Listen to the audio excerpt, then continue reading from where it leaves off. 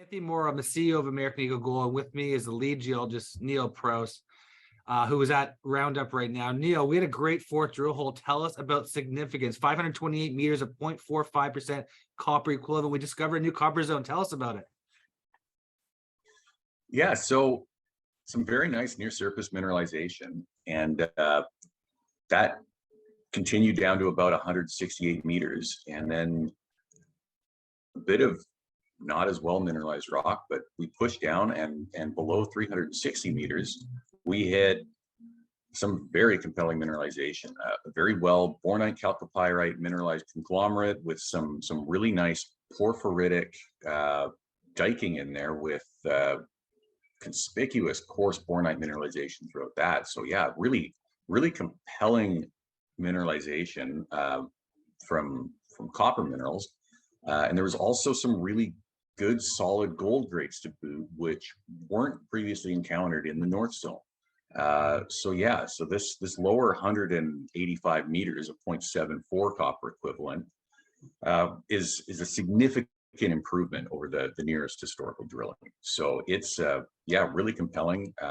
Could be onto a new zone, and at the very least, we're proving up that, you know, the previous operators stopped before the mineralization got really good. So yeah, very encouraging to see. And there's a ton of open ground around this hole. So yeah, very exciting. So what I'm hearing here is we think hole 4 represents a new rich copper zone.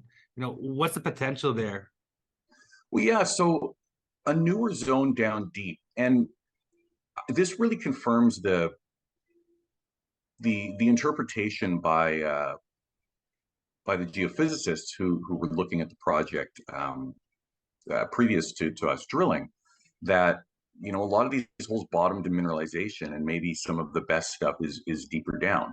And this hole was drilled fairly close to the deepest hole on the property, and they bottomed in, it was about 160 meters of 0.37 copper equivalent.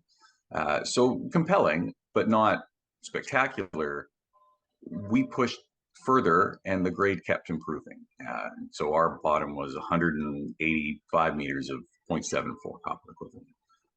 So yeah, significant improvement over the historical drilling, and it shows that, yeah, there's significant potential at depth here, and in this North Zone potentially not great depth, right? So we're in these middling depths where we haven't had consistent grade in the previous holes. We're starting to see now. So yeah, it really, you know, it gives us hope that, you know, potentially we can tie this all together. We're drilling in a single north-south drill fence, a single plane of drilling right now. There's a lot of room to expand to the west and to the east, and hopefully tie this all together. So how does hole 4 help connect the dots, make this a bigger, more robust deposit? Well, it's a pretty sizable step out from the other drilling. And I guess we should also talk about it in the context of hole 3. Hole 3 didn't hit the spectacular super high grade zones that we've seen previously, but top to bottom, it still returned 0.2 copper equivalent. And again, that is higher than the inferred non-43-101 resources that they calculated in the 90s. So it's, you know, it's maybe not great in context compared to what we've been seeing so far, but in the grand scheme of things, it's still very copper anomalous. So even our not good holes are still returning really anomalous copper grades. And so from a system perspective, it shows that we've got, you know, it's got some legs. It's sizable, right? This is already a 500 meter strike length we tested, and we still keep hitting mineralization down to these, you know, almost kilometer depths in hole 3, and very likely would have, given what we've seen in hole 7 and hole 4 as well. So yeah, it's very encouraging from a size perspective, and it's just a matter now of getting the rest of the data in and doing a, you know, full interpretation of both the geometry, the geochemistry of the rocks, getting some good lithological interpretations, and see how it falls into context with known porphyry deposits in the area, and we can see where we start to differ, and see what the implications are really for the nature of this deposit. Well, speaking to you and looking at the results, it didn't look like hole 4 was stopping anytime soon in mineralization. It's really too bad we lost it. But how do holes 6 and 7 maybe show us how hole 4 could have continued at depth? Yeah, so hole 6 and 7 are closer to hole 3, which is sort of historically that's between, at least near surface, the defined near surface copper rich zones in the historical drilling. Um, Really, we wanted to see how they tied together at depth.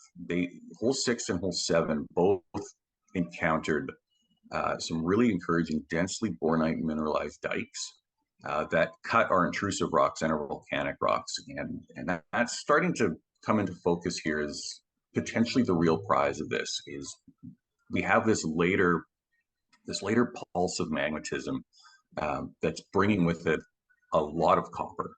And that's, the goal will be to trace that back to its source or where it's really depositing all of the copper. And we're seeing lots of hints of it over a very broad area. So it's really encouraging that we've got this scale potential. Yeah, so I think that's going to be a big focus for next season is expand the known mineralization and then really see what is driving this system. Why are we seeing these very bornite mineralized dikes at a number of levels over such a wide extent? So Neil, what I'm going to do right now is I'm going to share screen and I'm going to show preliminary geometric interpretation of what this deposit can look like. Maybe you can kind of walk the viewers through Yeah. what we see in terms of scale, grade, growth potential, etc. Yeah, so this is just really a preliminary interpretation from the single plane of drilling that we've investigated this season. So towards the south, so this is looking to the east. So north is to the left, south is to the right here.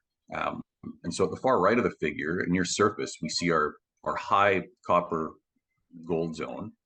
This would be within the historically defined South Copper Zone. But this was an 80-meter step out from, actually 100-meter step out from the nearest collar location from the historical drilling, and it hit grade significantly higher than what they'd encountered historically.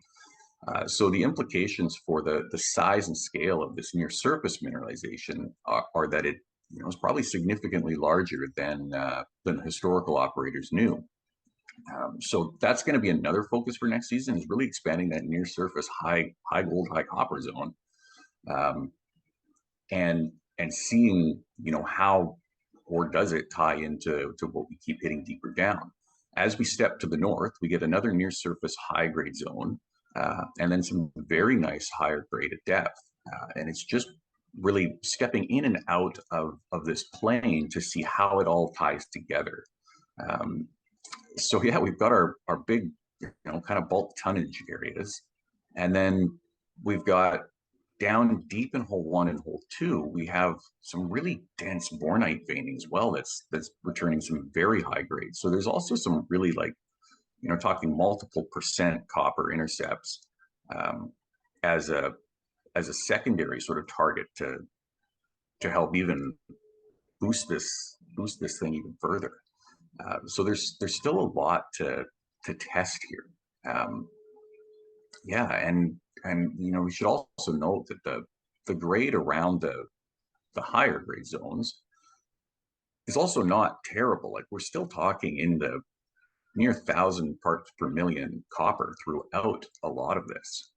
So all the green you see is between 0.1 and 0.3 copper equivalent. So we're seeing some really encouraging support even outside of these high grade zones. So yeah, it's pretty compelling so far.